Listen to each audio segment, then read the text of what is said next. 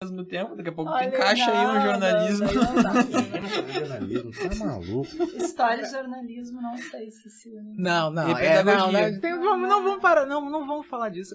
Primeiro que a princípio existe uma rixa entre história e jornalismo. Existe uma rixa? O que acontece?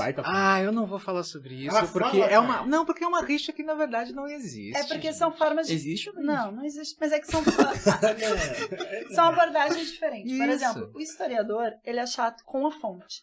E para tornar a história ciência, tu tem que dizer de onde que tu tirou.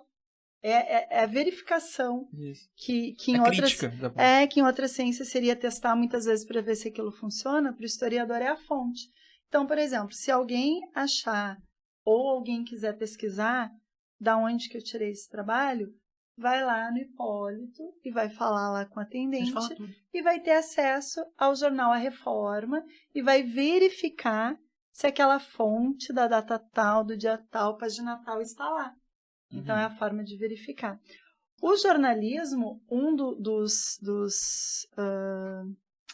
pontos é a questão da confidencialidade da fonte. Ele esconde... Ele não esconde, ele protege. Profissionalmente pode proteger. Faz parte da ética jornalística. Não tem como verificar, então. Muitas vezes não tem, ele pode dar uma informação e falar que tal fonte contou.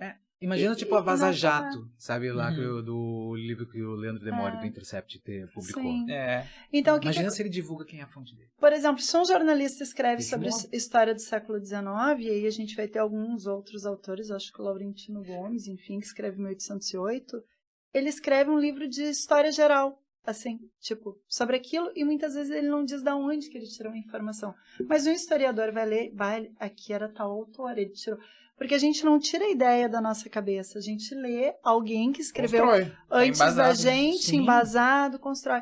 E às vezes o texto jornalístico ele é fluido, entendeu? Sim. Ele vai escrevendo sobre aquilo que...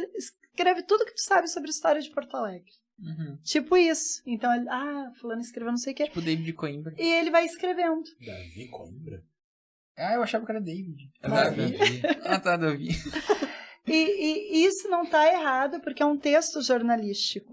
Eu entendeu? também tô com pena de ti, um texto jornalístico. Não é um texto de historiador. Sim. Só que, às vezes, por exemplo, 1808 vira um best-seller. Que um outro trabalho de história, de pesquisa, de fonte, de anos de arquivo, não vira. Porque o texto do historiador, às vezes, pode ser chato. Porque vai ter nota de rodapé, porque vai ter uma fonte assim... Vai ser mais truncado. E o texto jornalístico... Mas não faz parte... É mais genérico. Vendo isso, vendo que o texto da história do historiador ele é menos atrativo do que o do jornalista, fazer com que fique? É a nossa tentativa. Sim. Tanto que esse livro é uma tentativa, né? Mas em algum momento um texto jornalístico ele pode virar uma fonte de história. Verdade. Por exemplo, como é que... se eu quiser que pesquisar um jornalista da década de 50, o que escreveu sobre tal coisa, eu vou lá, ele vira minha fonte. Ele pode virar uma fonte do historiador. Verdade, ele dá um depoimento sobre o que... Uma narrativa. O que os homens desse período estavam pensando? Um jornalista ligado ao regime militar lá escrevia de um jeito. Um jornalista ligado aos estudantes escrevia de outro. Diferente do que eu escrever sobre o que eu acho do regime militar. Sim, é um texto opinativo. E, cara, tu é livre pra te fazer o que quiser. E tu é livre pra publicar onde tu quiser. A diferença que vai acontecer é, um jornalista, ele provavelmente vai ler o teu texto no blog do Colírio, digamos, e vai... Boa, mas é um blog. E vai dar... Olha eu estragando. Ideia. E vai fazer assim, membro do Colírio Podcast tem tal opinião sobre o regime militar. Sim. Aí tá, beleza. E vai publicar no jornal dele. Tá, beleza. O que o historiador vai fazer é, membro do Colírio escreve texto sobre isso, o período militar. O que outros membros do Colírio Podcast pensam a respeito do militar? A partir disso, como é que se deu o desenvolvimento do período militar? Eu tô dormindo só de escutar. Cara, Exato. Cara, é porque é ciência. Ciência demora. É chatão. Sim. É chatão, porque demora tempo. É a diferença que é uma diferença clássica entre informação e conhecimento. Ah, sim. É verdade. Sim. Tanto que tem aquele cara lá, o Boris Fausto, escreveu tipo uns Bah! 50 livros. Né? Aí foi o Leandro Narlock e escreveu um manual politicamente incorreto. E eu acho que vendeu tipo um livrinho dele. Eu acho que vendeu tipo uns Sim. 4, 5, 7, 10 vezes mais. E tem coisas aí nesse livro do Leandro que são facilmente construídas, assim. Então ele tenta manchar algumas imagens também de Ele é um personagens iconoclasta. importantes. Então tem Mas não tudo adianta, isso. não adianta nada tu ser iconoclasta. Ser iconoclasta significa tu questionar um imaginário. Questionar uma imagem.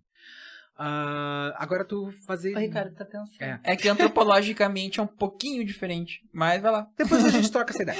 Não, a gente vai jogar essa ideia daqui a 5 minutos, tá? E acontece, tu tenta desconstruir uma imagem.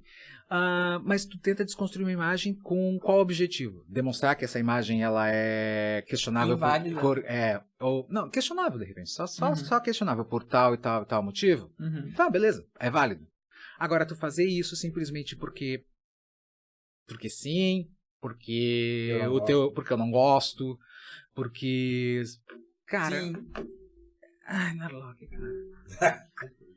Cansou já. Narlock cansa, mano.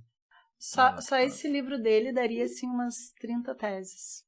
É mesmo? Sim. Tipo, analisando as percepções dele sobre o passado? Tipo isso?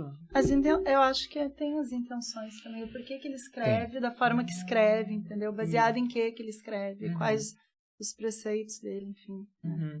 O que vem. Então, o historiador, ele sempre vai ser chato. A gente é chato pra caramba. Sempre vai Eu ser não chato. acho, vocês estão fazendo um baita de um... Tá super bala aqui o podcast. Mas pra ele escrever um livro, o cara acabou de falar. Ele falando 30 segundos, o cara tá dormindo. É que E ele falou que é assim mesmo. alguém vai te falar, mesmo. alguém vai te fazer uma pergunta, daí o historiador vai dizer, bem, não é bem assim. Não, esse não é bem assim, é pra tomar um soco na cara. Não é bem assim, né? Não é? Cara, o não é bem assim muito dói na antipático. gente. É muito A gente antipático. diz não é bem assim e dói na gente. Quisera Ou eu assim, fosse bem assim. Uma pessoa que tu gosta muito vem e te fala alguma coisa historicamente que ela tem certeza.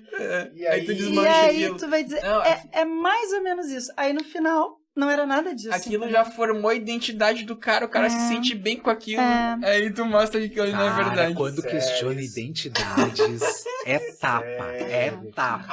Agora eu é lembrei de uma tapa. boa história com isso. Tava eu lá quando eu estava estudando religião, e eu falei que a lei da laicidade era 118A, lá na primeira Constituição da República. Aí eu falei, daí era uma lei que dizia que tinha que separar a religião do Estado. Ok. Aí o historiador falou, não foi bem assim. Eu tô falando da lei, eu estudei, a lei diz isso. Eu tô falando que a lei falou, eu não falei a O realidade. processo, como cara. se deu. Eu não falei empírico, mas Veja tipo, bem. foi tão no automático que ele falou. E, não é bem assim, tá, mas não é, eu tô falando da lei, tá escrito ali, lê. Tá ali. Tá ali, tá no Tá papel. escrito ali. Exatamente. A lei falou isso. A lei falou isso. Tá bom, mas vamos. Tudo que orbita ao redor desse fato é outra história, mas a lei... Exatamente, o que orbita em volta é outra coisa. Né? É que o hábito já, de repente, até já virou jargão, né? Tipo, a Lei Áurea, ela tem 2 parágrafos. São 2 frases Capaz, curtinhas. é A Lei sério? Áurea, a Lei Áurea de Nossa, 1888 cara, é tem sério. 2 parágrafos. Eu não sabia disso. São 2 frases curtinhas. assim. 2 frases São curtinhas. declarados livres todos os escravos E o contrário do disposto acima está revogado.